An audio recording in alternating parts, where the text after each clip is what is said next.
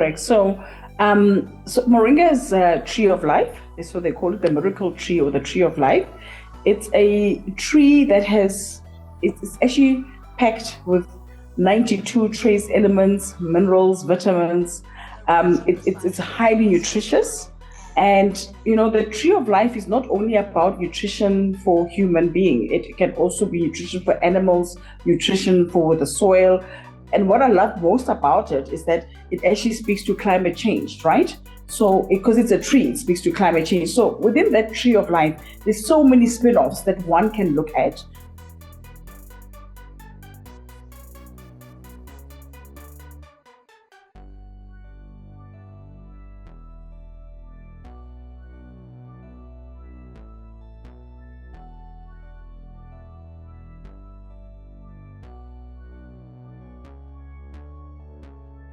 Hello, everyone, and welcome back to another episode of the Root of Science podcast with your girl, Anne with an E. If you are a new listener or watcher, welcome to the show. It's always such a pleasure. And for all the regulars, thank you for returning. Now, make sure to like and subscribe to the channel. Also, share this episode with someone who might be interested in listening to it. And if you're listening to us on audio, make sure to follow us on Spotify or Apple Podcasts or wherever else you listen to the show. Now, let's get into today's episode. Moringa is often referred to as a miracle tree because of its high nutritional value and resilience in diverse climates. This makes this crop a vital food security, health, and economic growth. Today, I'll be joined by Maboang Matlou, the founder and the CEO of Lefakong Farm, an agriculture enterprise specializing in moringa cultivation and agro-processing. With over 7 years of experience in the agriculture sector, she has transformed her family's farm in Northwest South Africa from 1,000 moringa trees to more than 7,000. This is also complemented by a successful agro-processing facility. Maboang is also the president of the Moringa Development Association of South Africa, and today she talks to us about her journey in moringa farming, how she got started, some of the challenges, and also some of her future prospects. Let's get into this episode. Hello, Maboang. Welcome to the show. Oh, good morning, and thank you so much for hosting me this morning. It is such a pleasure to have you on today. I'm so excited to talk about you and the work that that you do, rather. We've had a nice engagement last week where we got to meet in person, which is really exciting. So this is now just an extension of that wonderful conversation that we had in person. So first things first, please introduce yourself to our listeners. My name is Maboang Matlou. I am the CEO and founder of Lefakong Farming. At Lefakong Farming, we do moringa production from farm to packet, thus owning the full value chain. And, we are organically certified. We produce an array of products as well. Lovely. Let's start at the beginning, Maboang. How did you even get into farming, first of all, and then more specifically, moringa farming? Okay, so 2014, I decided to leave corporate and venture into farming. We have a family-owned farm, and my dad was a piggery farmer then. So I was interested in what he was doing on the farm. And, I'd reached my, peak in corporate, and I wanted to do something different. So that's when I ventured into farming. But I started with cash crops, your spinaches, green peppers. We did poultry production and piggery, of course. But, the first big break happened when lottery actually gave us money under their miscellaneous funding. Yes, I applied for that with my NGO, and boom, they gave us money. And that's how I managed to develop my family farm. So 2017, while we're still on the lottery funds and things were going smoothly, unfortunately, we're hit by the avian flu. So we lost about 5,000 birds. And again, when you're a young farmer starting, you don't know where to go. You're still trying to find your feet. So we're actually supplying your pick and pays directly to the stores with our produce. And then one day they decided that no, guys must actually go through the DC. Now the DC channel actually is more complex because there's other players. Then there's also issue of pricing. So you got to think around those things. We tried to take it to the markets again. Issue was pricing. That's when I decided, okay, I'm going to stop doing cash crops. I'm actually going to focus on something that's more niche. And prior then, I'd actually been doing a lot of research around Moringa from 2011. Okay. I actually had a mentor. Her name is Ms. Hanneke Latz. And she actually gave us our first 1,000 trees. That's how we actually managed to go commercial. So when she saw that I was ready from our mentorship program, she said, right, here's your trees, please go ahead. And that's how the journey of Moringa began in 2017 up till now. So it's been quite a journey. It's super exciting. Wow, what a journey. And it's quite interesting because one of my next questions was like, why Moringa when everybody is doing, the cash crops that you mentioned? Backtrack for me a little bit. You mentioned something about DC or something like that. What is that? And why was that such a big major shift for you as one of the catalysts for you to get here? So DC is distribution center. Okay. That these major retailers utilize, right? So where all the produce is dropped off to them and they would then distribute it to their stores. Vis-a-vis when you walk into the store as a walk-in client and sell the produce. So you will find in retail your Spars and Pick and Pay checkers, there are those that are privately owned and there are those that are distribution center owned, right? Where the distribution center then controls what produce goes out, what products goes out to those stores. Right. So that's why then it created a serious barrier for us. It was a challenge because then if I'm going to DC, I've also got Anne who's potentially supplying spinach. So then the price that I was selling as a walk-in supplier, R7.50, would then drop to R2.50. So so there's that competition there, a lot of competitions happening there. And remember now, once they've got a fixed price, right? So you can't go in and negotiate prices. They say we're taking your spinaches at R2.50. And also, it also goes with this demand. So if all the farmers are now bringing spinach because the demand is high, you can imagine what goes on, right? So it's also a lesson that I'm telling farmers, aspiring farmers, before you plant, just understand where are you taking your products to, right? Close those first because you don't want to sit with produce unnecessarily, especially your cash crops. I mean, what are you going to do with it? Once spinach is ready to be harvested, it's got to go somewhere. So that is the reality around that. And I think these are some of the lessons, like you rightfully said, that aspiring farmers need to know before they get into knee deep into farming. And I suppose these are some of the lessons that you had to learn, unfortunately, the hard way. But thank goodness you pivoted and you started into Moringa. So for someone who doesn't know, what is Moringa? What is this? Because we hear the name, it's a superfood. It's, it's very big in the wellness and health sector. But for somebody who's like, is that a tree? Is that a plant? Is that a vegetable? What is it before it becomes all those wonderful products that we see on the supermarkets? Correct. So Moringa is a tree of life. That's what they call it, the miracle tree or the tree of life. It's a tree that it's actually packed with 92 trace elements, minerals, vitamins. It's highly nutritious. And, the tree of life is not only about nutrition for human being. It can also be nutrition for animals, nutrition for the soil. And what I love most about it is that it actually speaks to climate change, right? So because it's a tree, it speaks to climate change. So within that tree of life, there's so many spin-offs that one can look at. So we at Lefakong, for instance, we look at the leaves where we do our products with, and it's super packed, right? So that's why they call it a superfood. It's super packed with nutrition. And what I like about this is that anyone can consume it, right? So from your low-end consumer to your high-end consumer, and everybody's catered for with this tree of life, and giving everybody the maximum benefit that they sort of, require to go about with their daily activities. For instance, with the seeds, you can press the seeds and you can do oil. So the spin-off is oil that can go into the marketplace.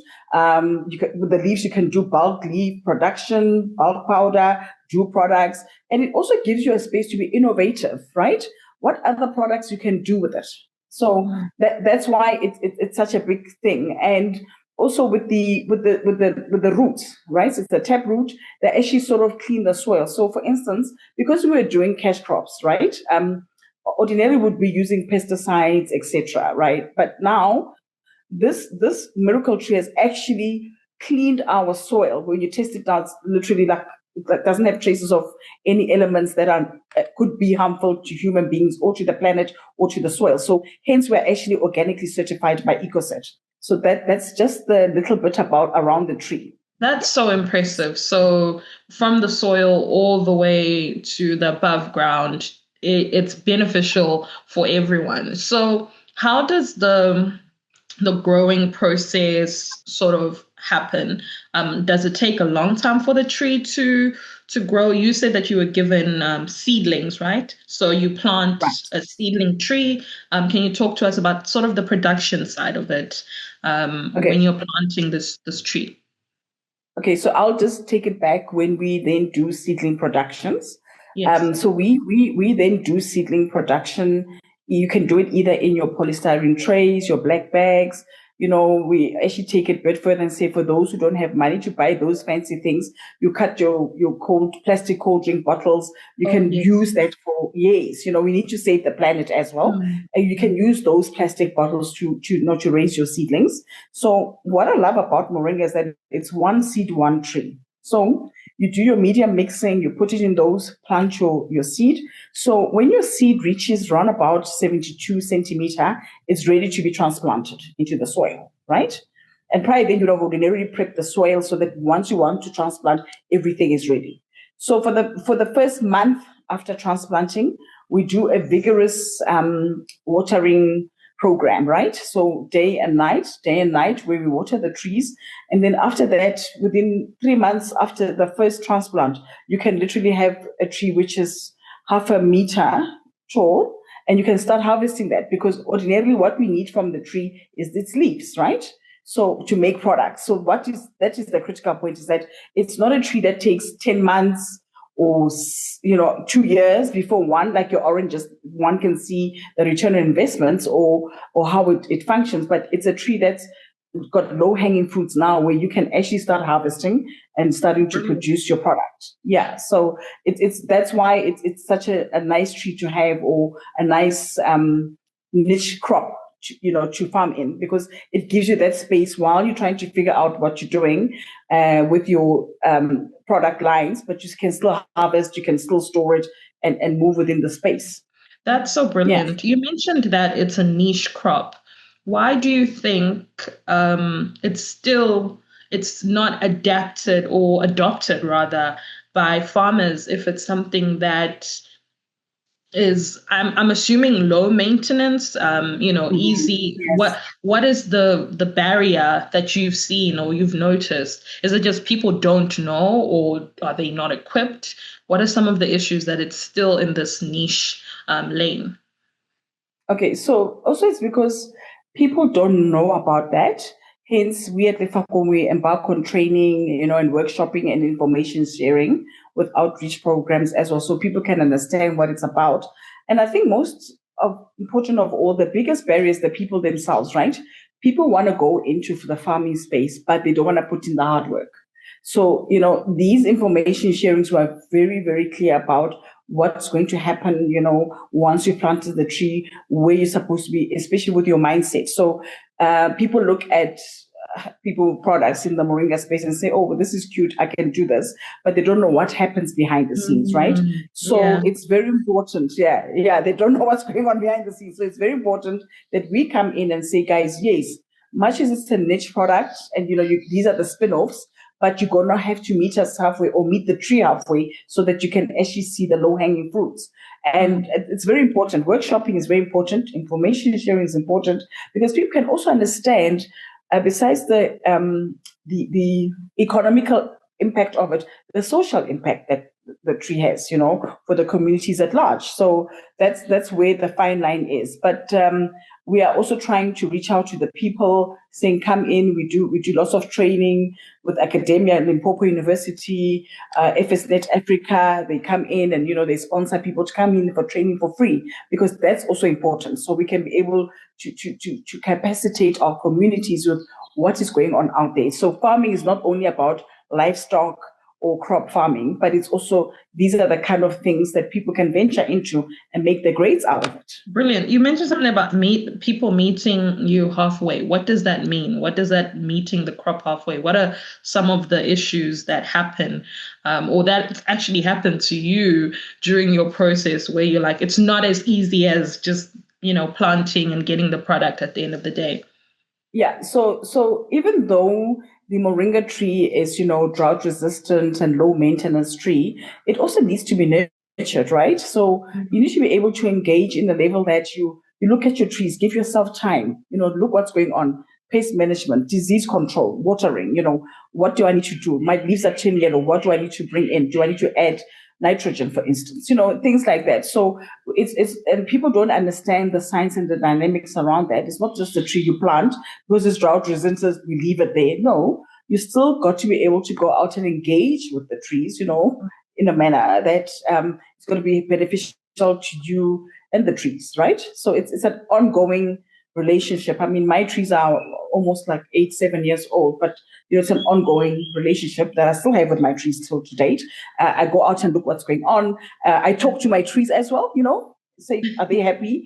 And we also have to train people around how to maintain the tree.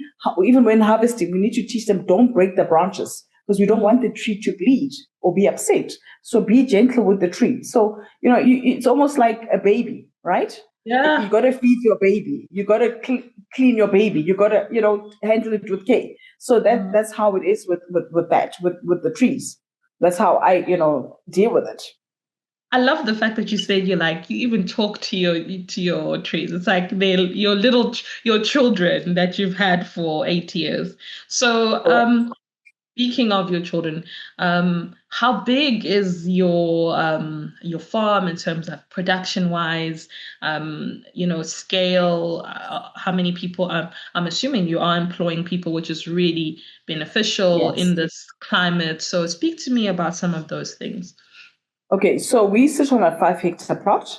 And on the plot, we sit, prior to the army worm that hit us in January, we had 7,500 trees. We lost a few trees, around about 2,000 trees. But however, we're busy scaling up, right? So next month, we've just done our seedling production. We'll then be transplanting again. But however, this time we're going to do it smarter. We're actually going to do on 1 hectare, 10,000 trees, because we're going to do dense farming, right? So the trees we planted close together next to each other. So that will help us with our production to meet our supply chain, have a stable supply chain. And also that will also help us to have more trees, right? So the more trees we plant, they'll speak to our climate change issues. They'll also speak to job creation. They'll also speak to nutrition as well, because they will have more, to hand out, more of the superfood to hand out. I work with the local community work program through Cocta Department and the local municipality. So they've given us 10 people that government pays, and the spin-off is that we will then train them, mentorship, and we're creating a platform for empowerment and job creation. Yes, because remember, the government's got to tick the boxes of we've created XYZ jobs, but where must they place these people? So Lefakong actually creates a platform where people can come in and be employed. We also have our own people that we've employed, 6 employees that I have from the local village. We also house students who want to be in the crop science space, and they come out and they do their bits. Universities pay for their stipends, etc. So, we do an integrated system where everybody can benefit from here. Yeah. Wow, Maboang, I'm so inspired by the work that you do, and it's giving me goosebumps because the work that you do is so important. It's not, you can see that it's not only about you, but you think of Yeah, the whole scale and the whole system. So I'm going to ask this question. We just finished Women's Month here yeah. in South Africa in August, and you're a wonderful woman who is literally breaking barriers and entering some of these spaces. So what are some of the challenges that you've had to face in the sector, and how did you overcome them? Okay, so the biggest challenge, farming has always been known to be predominantly male and white, right? So that was a bit of a challenge a few years ago. But ordinarily, you got to go beyond the challenges. We can't always have challenges. We got to spin it in a way that we create opportunities out of the challenges, right? Mm, And this has given me a challenge of creating opportunities, if I can put it that way. Another challenge we had was funding, access to funding, especially when you wanted to scale. And it's been really a difficult journey. So as a woman with own business, I had to plug into your enterprise development programs, right? So that I can be able to grow myself and also grow the business. And those have helped me to be funding ready. So again, if you want to run a successful enterprise or business, you got to look out where you can network, plug yourself in, so that it can give you the platform to grow. mm, So as a result of those ESG projects, people like Indalo, Netbank have come out, to assist us. I mean, we won part of their Sagia Green Economy Awards, and money with that we were able to buy a tea bag machine. That was 2 years ago. So the funding is out there. We are just not knocking on enough doors, or we are expecting the funding to come to our laps, and it doesn't work like that. You got to be out there, recognized, and just be seen. It's not being that you're being boastful, but you're trying to grow in a very competitive space, right? yeah. It will always be, but why should we give Mabu money, not Anne? And what Mm, has Mabu brought to the table? I remember in fact, Tuesday, I sat with a group of women, and they do devil's claw. And we were speaking around challenges and funding, and they were telling me how they're struggling, funding, and I said, guys, when I started this journey, I actually took lots of money from my pocket, right, yeah. to self fund this enterprise. Hence, I can proudly say, even in front of investors, this is how far I've come. I'm 80% there. Please, can you help me the 20%? So people Mm, are more inclined to listen to you because they can see you're dedicated, the tenacity, the consistency. I mean, for 7 years flat, I've been in the Moringa space and I've never turned back. And everything that I do, it's within the Moringa space. For instance, the other challenge is if you see your product is not moving, then sell your skill, train people, right, for a fee, consult for people, right? mm, Sell your expertise, because that's also how you get to grow and how people get to recognize the work yeah. that you do, and they know that you know what you're doing. So Yeah. that's what I'd say to women. To say, let's not depend on handouts or somebody's going to come and save me, but be innovative of how you Mm, create the platform for your financial needs, right? Yeah. yeah. Yeah, brilliant. Innovation is really key. And you can just see like every single time you're pivoting, you're going here, you're doing this, which is absolutely brilliant. You mentioned another very important thing, networking and being seen. And you and I know each other because we're part of the Gates Foundation Goalkeepers, community here in South Africa, which is absolutely amazing. And we get to network with people in very diverse fields. So, talk to me about that. How has that journey been, and what type of networks have you formed? Because you were a gatekeeper from last year, 2020, goalkeeper rather, Um, 2024. So, and so here's the thing about networks, right? your I've strategically placed myself in networks where it speaks to women empowerment. It mm, speaks to funding, and most important of all, it speaks to self-development.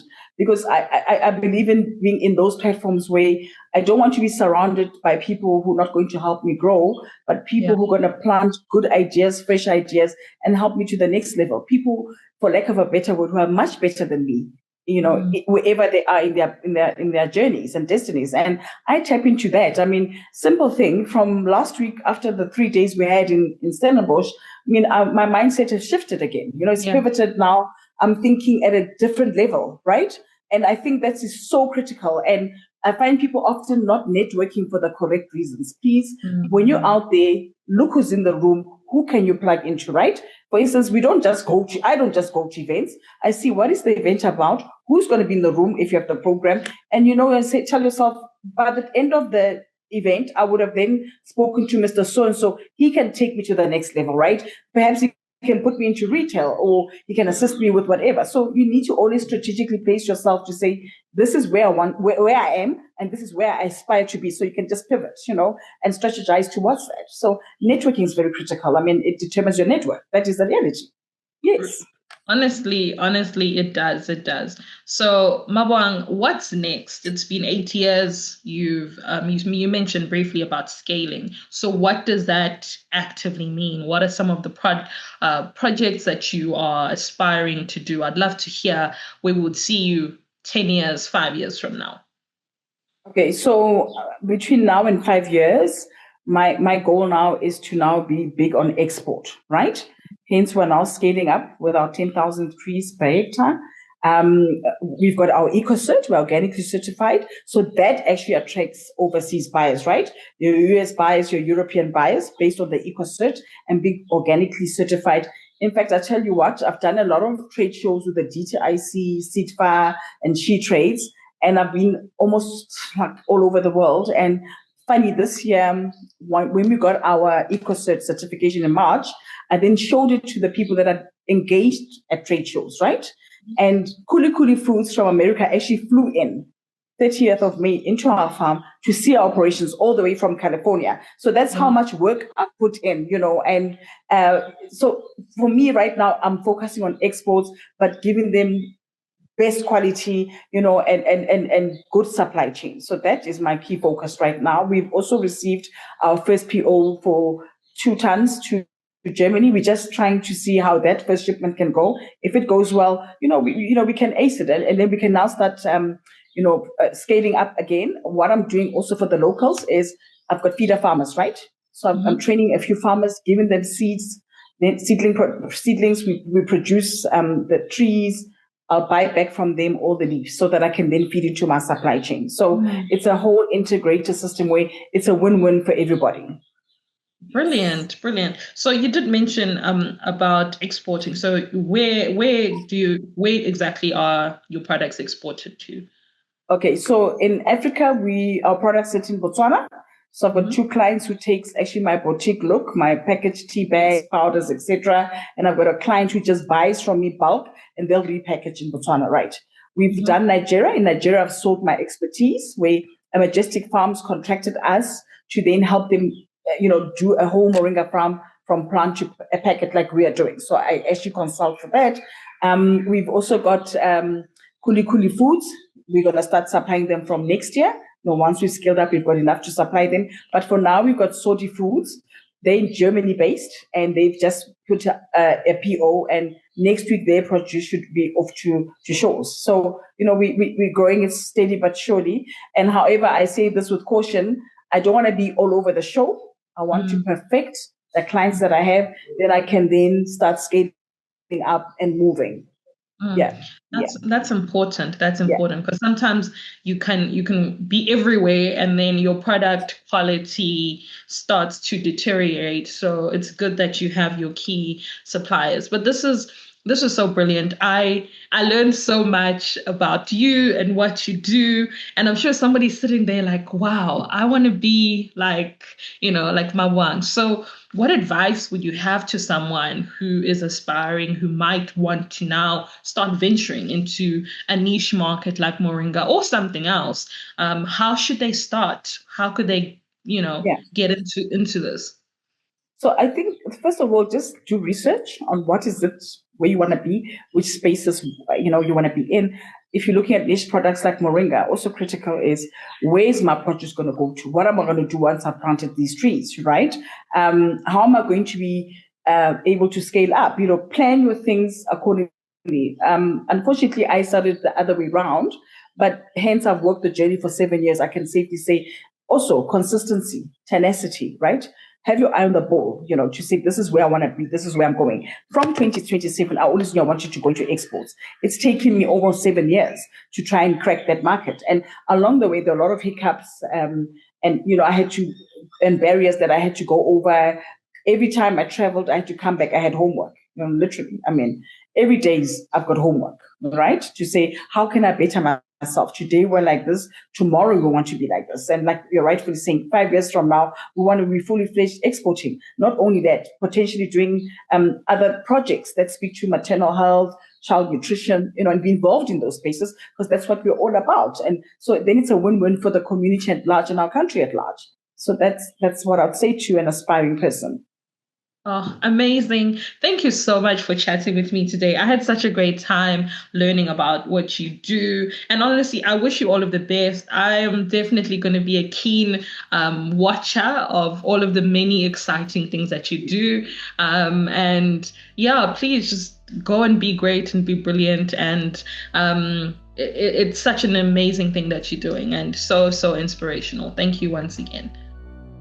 Thank you so much, and have a lovely day. And thank you very much for everything. And peace. Peace. And to everybody else who's tuned in, thank you for listening to another episode of Root of Science podcast with your girl, Anne with an E. Until next time, goodbye.